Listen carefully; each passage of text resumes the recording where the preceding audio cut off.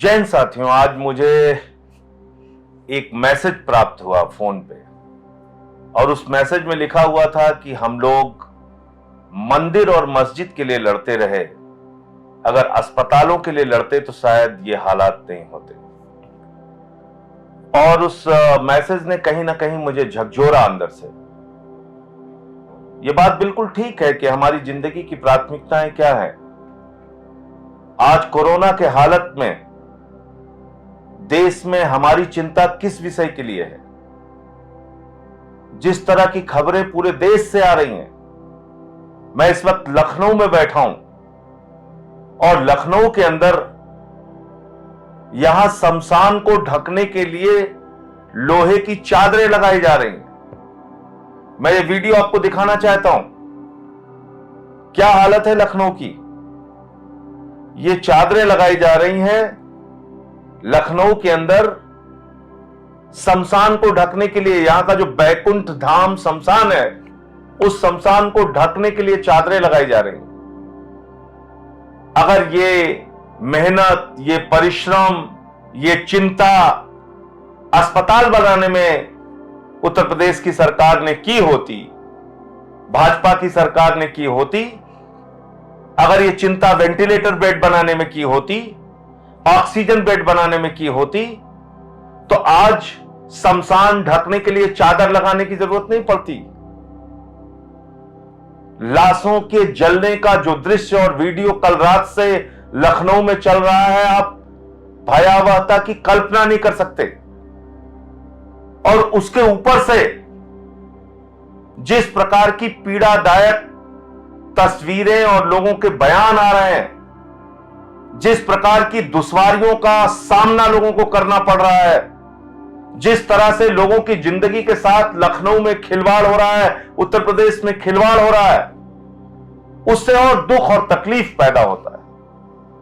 मन में यह पीड़ा होती है कि आज इंसान की जिंदगी की कीमत जानवर से भी कम है। आज उसको मरने की हालत में छोड़ दिया गया है। और ये सिर्फ मैं नहीं कह रहा हूं, उत्तर प्रदेश सरकार के एक माननीय मंत्री हैं, कानून मंत्री ब्रजेश पाठक जी।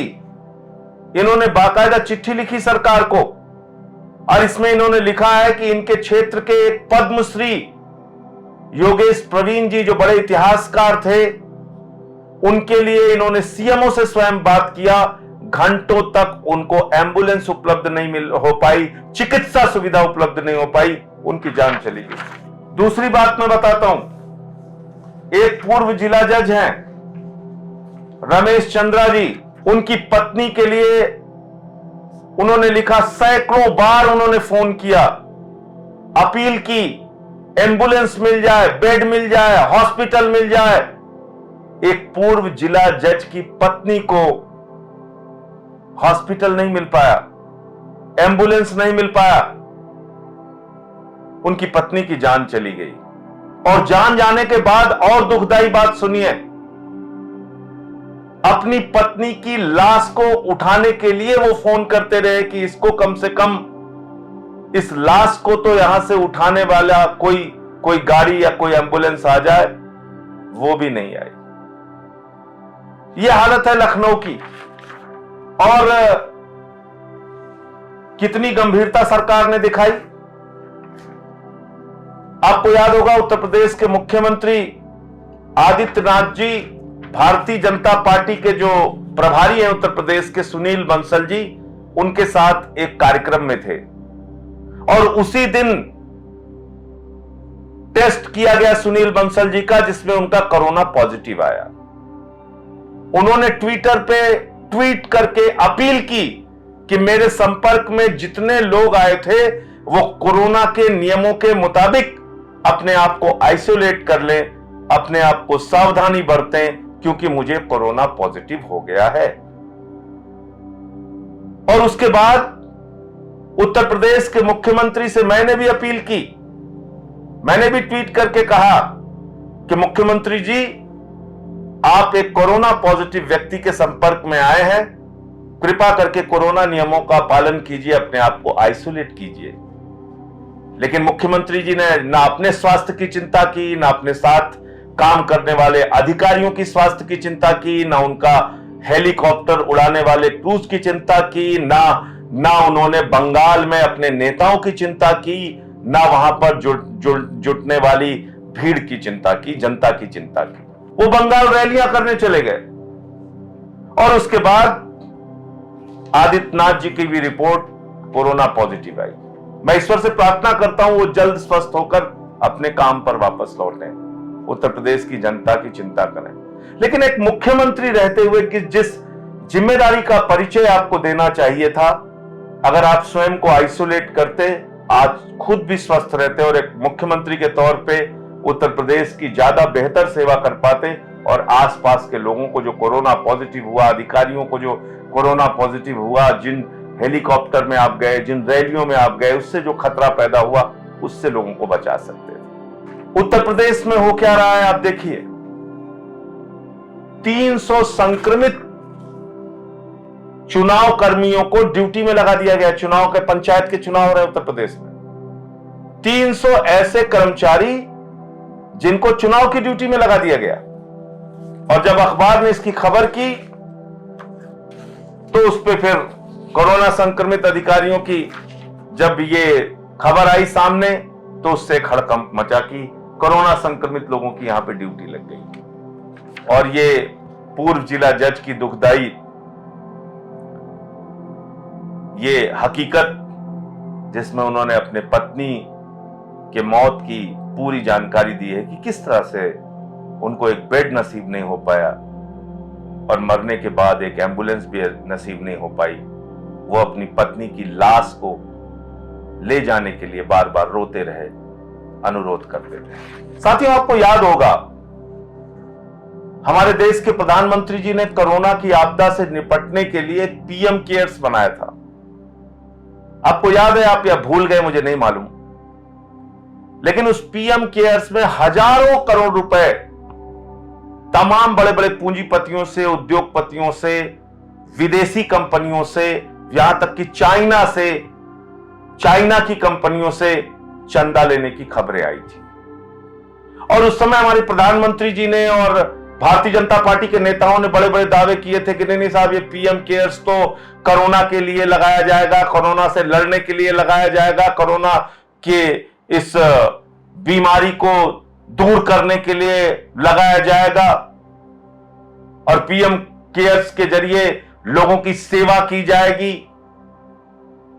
लोगों को इंतजार था इस बात का कि पीएम केयर्स का क्या उपयोग होता है।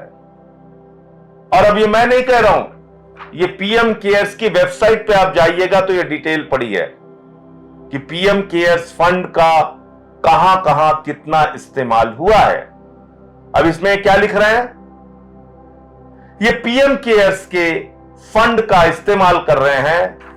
इन्होंने लिखा कि 2000 करोड़ रुपए 50,000 मेड इन इंडिया वेंटिलेटर्स को खरीदने के लिए गवर्नमेंट हॉस्पिटल, जो कि केंद्र सरकार के द्वारा, राज्य सरकार के द्वारा और केंद्र शासित राज्यों के सरकारी अस्पतालों में यह वेंटिलेटर दिया जाएगा। Made in India ventilator 50,000 ventilator, और इसके लिए पीएम केयर से 2000 करोड़ रुपए दिए गए। अब मैं आपसे बड़ी विनम्रता पूर्वक पूछना चाहता हूं प्रधानमंत्री जी, ये 50,000 वेंटिलेटर गए कहां? इसको आसमान खा गया या जमीन निगल गई?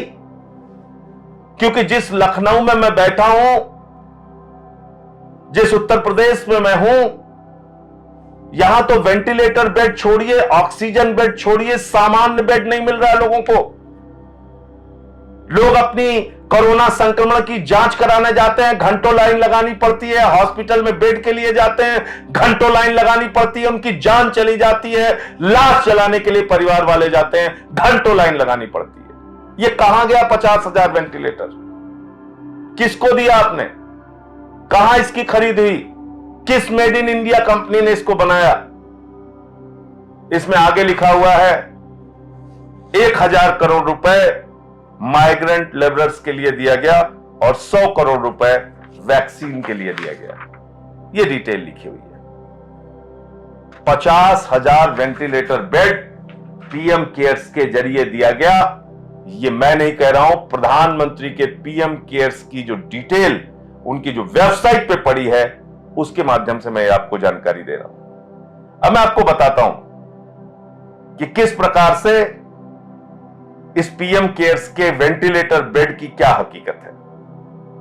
आपको जान के हैरानी होगी।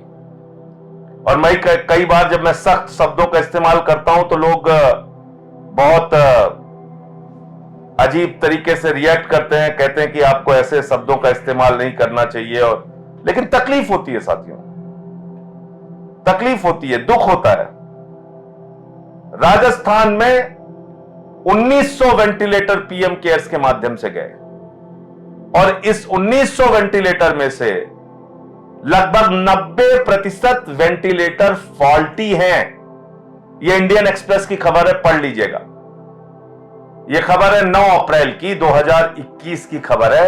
इसको जरूर पढ़िएगा क्योंकि इसको कोई टीवी चैनल दिखाने वाला नहीं है। इस पर कहीं कोई डिबेट नहीं होगी, इस पर कहीं कोई चर्चा नहीं होगी, इस पर कहीं कोई बातचीत नहीं होगी। लेकिन इसको खोज कर आप एक बात पढ़ लीजिएगा। यह पीएम केयर्स का मेड इन इंडिया वेंटिलेटर, इसका सच है कि 1900 वेंटिलेटर में 1100 वेंटिलेटर वहां सप्लाई किए गए और जिसमें से 90 से 95% वेंटिलेटर खराब पाए गए, चल ही नहीं रहे। ये पीएम केयर्स फंड की हकीकत है। तो जो हजारों करोड़ रुपए पीएम केयर्स फंड में जनता का, बड़े बड़े व्यापारियों का, उद्योगपतियों का, पूंजीपतियों का पैसा लिया गया, वो पैसा कहां गया? वो पैसा शमशान में दलाली खाई जा रही है। वेंटिलेटर की खरीद में घोटाला किया जा रहा है, वेंटिलेटर की भी खरीद में घपला किया जा रहा है। यह सवाल कौन पूछेगा देश के प्रधानमंत्री से? कौन उनसे सवाल करेगा कि पीएम केयर्स के पैसे का इस्तेमाल आप बंगाल की चुनाव रैली में कर रहे हैं या विधायकों की खरीद फरोख्त में कर रहे हैं? क्योंकि वेंटिलेटर जो आप खरीद रहे हैं वो तो खराब हो जा रहे हैं, वो तो फॉल्टी है, वो तो किसी काम के नहीं है। और कहां गए ये 50,000 वेंटिलेटर? मेरा फिर सवाल है, क्योंकि लखनऊ जहां मैं बैठा हूं, या तो वेंटिलेटर बेड छोड़ दीजिए। अभी हमारे मुख्यमंत्री जी ने कहा था एक हफ्ते पहले कि हम 2000 नए वेंटिलेटर और आईसीयू बेड बनाएंगे, उसका अभी तक पता नहीं है कोई हम लोगों को। तो इसलिए हमको आपको जगना पड़ेगा। मैं नहीं कहता आपसे किस पार्टी को आप वोट देंगे, आप दीजिए, जिस पार्टी को भी आप वोट देना चाहते हैं दीजिए आप। लेकिन कम से कम अपने सवालों पर, अपने मुद्दों पर सरकार से सवाल पूछना तो शुरू कीजिए। इन नेताओं को यह लगता है कि उनका कुछ कोई बिगाड़ नहीं सकता, वो जैसे चाहे हिंदुस्तान को चलाएंगे, जैसे चाहे आपको प्रताड़ित करेंगे, जैसे चाहे आपको जुल्म और जाति का शिकार बनाएंगे, जैसे चाहे आपको जानवरों की तरह ट्रीट करेंगे। उनका कोई कुछ नहीं बिगाड़ सकता। यह गलतफहमी कैसे दूर होगी अगर आप सवाल नहीं पूछेंगे, अगर आप सरकार को क्वेश्चन नहीं करेंगे? जिनको आपने वोट दिया, जिनको आपने समर्थन दिया, अगर आप उनसे कुछ प्रश्न नहीं करेंगे तो वो बेपरवाह होकर हमको आपको कुचलते जाएंगे। उनसे प्रश्न तो पूछिए। चुनाव आए तो जो मर्जी पार्टी को वोट दीजिएगा, आप स्वतंत्र हैं लोकतंत्र के अंदर। लेकिन रेल बेची जा रही है, आप चुप रहते हैं। सेल बेची जा रही है, आप चुप रहते हैं। कोल इंडिया बेचा जा रहा है, आप चुप रहते हैं। एयर इंडिया बेचा जा रहा है, आप चुप रहते हैं। बीपीसीएल बेचा जा रहा है, बैंक बेचा जा रहा है, एलआईसी बेची जा रही, सड़क बेचा जा रहा है, बिजली बेची जा रही, पानी बेचा जा रहा है, एफसीआई के गोदाम बेचे जा रहे हैं, पूरा हिंदुस्तान बेचा जा रहा है और आपके मुंह से एक शब्द नहीं निकलता। 35 लाख सरकारी नौकरियां खत्म हो रही हिंदुस्तान में। आपके मुंह से एक शब्द, इस देश का नौजवान एक सवाल नहीं करता कि भाई हमारी नौकरियां छीन रहे हो तुम सरकारी विभागों को खत्म करके। आज इस कोरोना की महामारी में कोई हमारे देश के प्रधानमंत्री से नहीं पूछता। वो एक समय में रोने लगते हैं, उपदेश देने लगते हैं, बड़ी बड़ी बातें करते हैं और अगले ही क्षण वो चुनाव की रैली करने चले जाते हैं बंगाल में। पूरी की पूरी भारतीय जनता पार्टी देश को चिता पर पहुंचा के खुद चुनाव की चिंता में लगी हुई है। बंगाल की चुनाव रैली में देश के गृह मंत्री घूम रहे हैं, बंगाल के चुनाव रैली में हमारे देश के प्रधानमंत्री दीदी ओ दीदी, दीदी ओ दीदी चिल्ला रहे हैं। यह इनका चरित्र है, यह इनका असली चेहरा है, यह इनका क्रूर चेहरा है। लोग मरते रहें, गुजरात में, सूरत में, अहमदाबाद में, उत्तर प्रदेश में, भोपाल में, लखनऊ में, रायपुर में भयावह तस्वीरें आए, महाराष्ट्र में भयावह तस्वीरें पूरे हिंदुस्तान से आए, लेकिन उसकी चिंता नहीं करेंगे, उसकी चिंता नहीं करेंगे प्रधानमंत्री जी, उसकी चिंता नहीं करेंगे देश के गृह मंत्री। इनको चिंता है तो सिर्फ और सिर्फ बंगाल के चुनाव की।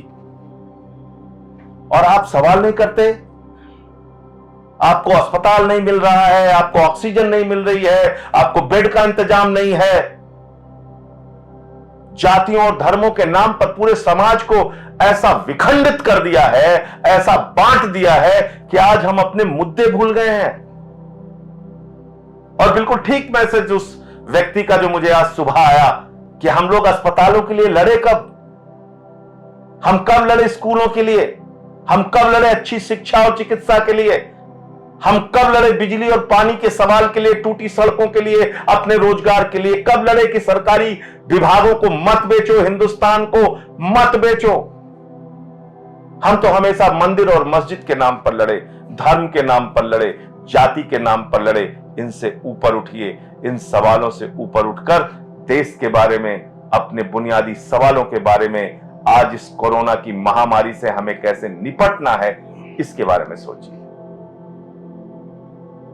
दिल्ली में आम आदमी पार्टी की एक सरकार चल रही है, अरविंद केजरीवाल जी की एक सरकार चल रही है। होम आइसोलेशन से लेके, ऑक्सीजन बेड बनाने से लेके, वेंटिलेटर बेड बनाने से लेके, प्राइवेट हॉस्पिटल में, नर्सिंग होम में नए बेड ऑक्यूपाई करके वहां पर बेड का इंतजाम करने से लेकर जितनी भी तरीके की सुविधाएं जनता के लिए चिंता सरकार की हो सकती है, वो सब पूरा करने का प्रयास हम लोग कर रहे हैं। और फिर भी मुख्यमंत्री जी लोगों की सलाह मांगते रहते हैं, कहीं कोई हमसे चूक हो जाए, गलती हो जाए। आप बताइए, दिन रात काम कर रहे हैं। क्या ऐसी चिकित्सा को प्राथमिकता देने वाली, शिक्षा को प्राथमिकता देने वाली, बुनियादी सुविधाओं को प्राथमिकता देने वाली सरकार हमें नहीं चाहिए? आज मैं आपसे सिर्फ इतना कहना चाहता हूं, कोरोना की महामारी ने पिछली बार से भयानक रूप ले लिया है। पूरे दुनिया में सबसे ज्यादा केसेस हिंदुस्तान में आ रहे हैं इस वक्त, और यह स्ट्रेन कितना खतरनाक है हमें नहीं पता। इस कोरोना से कैसे हम जंग जीत पाएंगे, अभी बड़ी एक असमंजस की स्थिति सामने है। पिछली बार कोरोना का कहर आया था, इतने केसेस नहीं थे जितने आज हमें देखने को मिल रहे हैं। हर शहर कोरोना की मार से कराह रहा है, हर शहर। और इस समय हम सबको एकजुट होकर दूसरों की मदद के लिए आगे आना होगा। मैं आम आदमी पार्टी के भी कार्यकर्ताओं से अपील करूंगा, हाथ जोड़कर, मास्क, सैनिटाइजर, जितना लोगों की मदद कर सकते हैं उसमें लोगों की मदद कीजिए। इस कोरोना की महामारी से बचने के लिए कम से कम घरों से निकलिए, बहुत आवश्यक ना हो तो ना निकलिए, क्योंकि केजरीवाल जी ने भी बताया कि 45 वर्ष तक की उम्र के लोगों को ज्यादा इस बार कोरोना प्रभावित कर रहा है, उनको ज्यादा खतरा बना हुआ है। 45 वर्ष तक के मरीज लगभग 65% इस बार पाए जा रहे हैं। तो ये एक अलग तरह का स्ट्रेन है, एक अलग तरह का वायरस है जो अभी समझने में थोड़ा वक्त लगेगा। वैक्सीनेशन के बाद भी कई डॉक्टर्स पॉजिटिव पाए गए। हालांकि उसमें एक बात यह भी कही जा रही है कि जिन लोगों का वैक्सीनेशन हुआ है उनके जीवन जाने की या उनके ऊपर कोई जान का खतरा उस तरह का नहीं होगा। तो ठीक है, टीकाकरण जितना अधिक से अधिक तेजी से तेजी हो और उस टीकाकरण में आप हिस्सा लीजिए। एक बार फिर यही कह के अपनी बात को समाप्त करूंगा कि अगर हमको वास्तव में इस देश से प्यार है, इस देश के लोगों से प्यार है, तो कम से कम अपनी जिंदगी से जुड़े हुए सवालों पर, अपनी जिंदगी से जुड़े हुए मुद्दों पर सवाल करना शुरू कीजिए। इंकलाब जिंदाबाद।